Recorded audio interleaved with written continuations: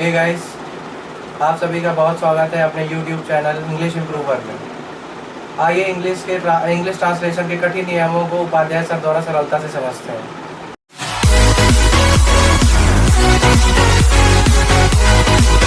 पिछले वीडियो में हम लोगों ने ऑब्जेक्ट और कॉम्प्लीमेंट के विषय में जाना था। अब हम उसके विषय में विस्तार से जानते हैं। ऑब्जेक्ट दो प्रकार के होते हैं, इनडायरेक्ट ऑब्जेक्ट, डायरेक्ट ऑब्जेक्ट। यहां तक पिछले वीडियो में हमने पढ़ा था। अब इनडायरेक्ट ऑब्जेक्ट वर्ब में whom, किसे या किसको से प्रश्न करने पर जो भी प्राप्त होगा वो हमारा इनडायरेक्ट ऑब्जेक्ट होगा। डायरेक्ट ऑब्जेक्ट में व्हाट से प्रश्न करने पर जो भी उत्तर आएगा वो हमारा डायरेक्ट ऑब्जेक्ट होगा। जैसे राम ने मुझे एक किताब दिया, इसमें वर्ब क्या है? दिया, ये वर्ब हो गई। अब हम लोग प्रश्न करते हैं, क्या दिया? एक किताब। देखिए ये निर्जीव है, और किसको दिया? मुझे, ये सजीव है। इस प्रकार हमने डायरेक्ट और इनडायरेक्ट ऑब्जेक्ट प्रश्न करके वर्ब में निकाल लिया। अंग्रेजी में देख लेते, Ram gave me a book. इसमें भी देखिए सब्जेक्ट और ऑब्जेक्ट हमने पिक आउट कर दिया है। ऑब्जेक्ट के बाद अब हम कॉम्प्लीमेंट के विषय में चर्चा करते हैं। कॉम्प्लीमेंट पूरक, जो वाक्य के भाव को पूरा कर दे। कॉम्प्लीमेंट को जानने के लिए हमें कुछ वर्ब पर ध्यान देना पड़ेगा। कुछ वर्ब अपने बाद कॉम्प्लीमेंट लेते हैं, जैसे choose, name, elect, select, find, consider, think, make, fill, call, believe, turn और टू बी वर्ब। ये इज़ेमार वाजवेयर होते हैं, ये अपने बाद कॉम्प्लीमेंट लेते हैं। विशेष मैंने सभी वर्ब की फर्स्ट फॉर्म लिखी है, सेकंड, थर्ड और आईजी फॉर्म भी इनके होते हैं, इनके बाद भी कॉम्प्लीमेंट आते हैं। मैंने केवल सिर्फ फर्स्ट फॉर्म लिखी है वर्ब की, इस बात का विशेष ध्यान रखें। जैसे they made me captain, make की सेकंड फॉर्म मेड है, इसमें देखिए अपने बाद कॉम्प्लीमेंट लिया है कैप्टन।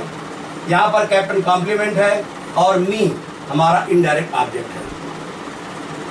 इज़ेमार वाजवेयर के लिए दूसरा एग्जाम्पल है, Sita is a wise girl.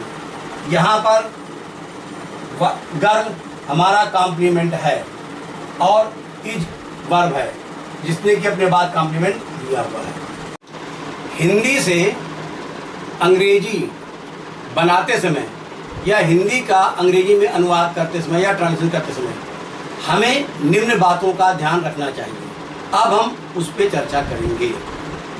सबसे बड़ी हमारे सामने प्रॉब्लम या समस्या ये होती है कि जो पर्सनल प्रोनाउन होते हैं, व्यक्तिवाचक सर्वनाम, मैं, मेरा, मुझे, उसका, उसकी, की अंग्रेजी कब और क्या लगेगी, इसमें हमेशा हमें कन्फ्यूज़न बना रहता है। उसके लिए हमें निम्न बातों का ध्यान रखना पड़ेगा। नंबर 1, केस देखेंगे, पर्सन देखेंगे, नंबर देखेंगे, जेंडर देखेंगे। केस निम्नलिखित होते हैं। नॉमिनेटिव केस, जिसे सब्जेक्टिव केस भी कहा जाता है। नंबर बी, ऑब्जेक्टिव केस या object. Number C, possessive case. Number D, vocative case. Case के बाद अब हम पर्सनल प्रोनाउन के विषय में चर्चा करेंगे। पर्सनल प्रोनाउन 3 होते हैं। फर्स्ट पर्सन, बात को कहने वाला।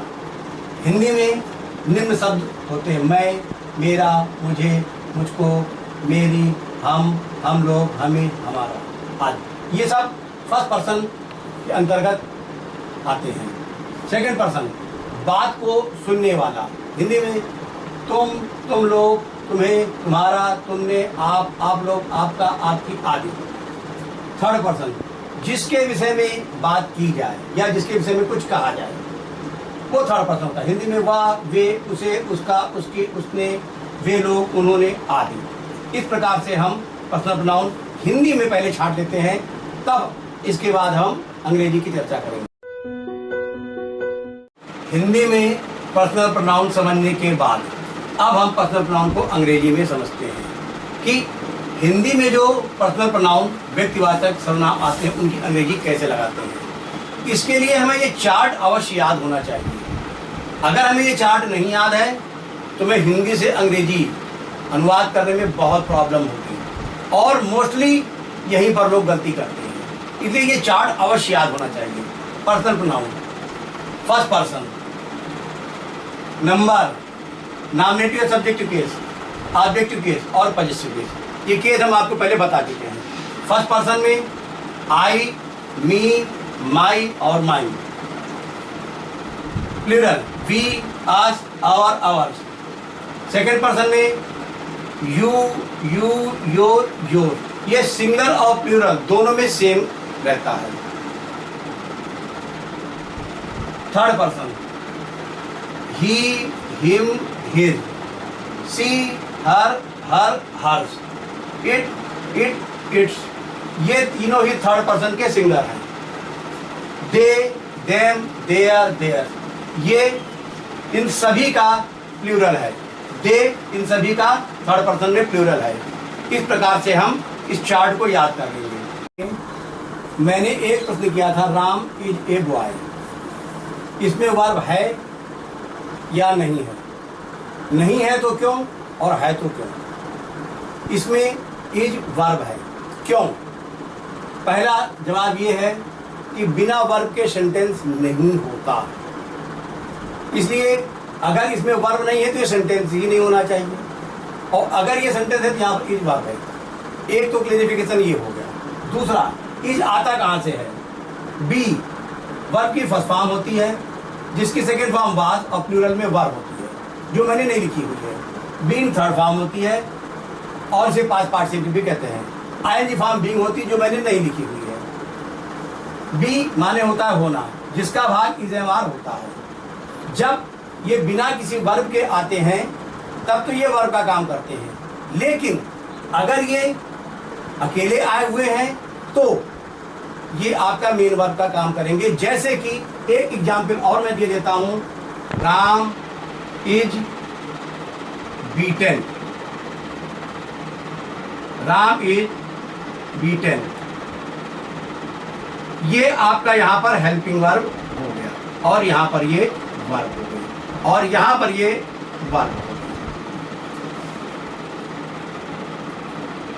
अब लास्ट में मैं एक क्वेश्चन और आप लोगों को दे रहा हूं। मैंने पर्सन, नंबर सब कुछ बताया, जेंडर नहीं बताया था।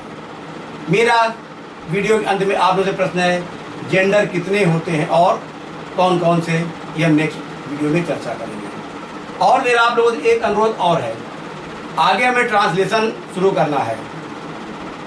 हिंदी से अंग्रेजी अनुवाद करने के लिए हमें जितनी मैंने पहले और दूसरे वीडियो में बातें बताई हैं वो आना अनिवार्य है, तभी आप हिंदी से अंग्रेजी में अनुवाद करना जान पाएंगे। अन्यथा आपको प्रॉब्लम पहले की तरह ही होगी जैसे कि अभी तक प्रॉब्लम आपको होती रही है।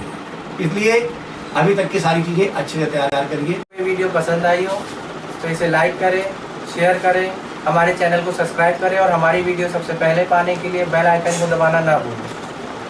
अगर आपको इस वीडियो से रिलेटेड कोई क्वेश्चन हो तो हमें कमेंट सेक्शन में कमेंट करके ज़रूर बताएं। Thank you.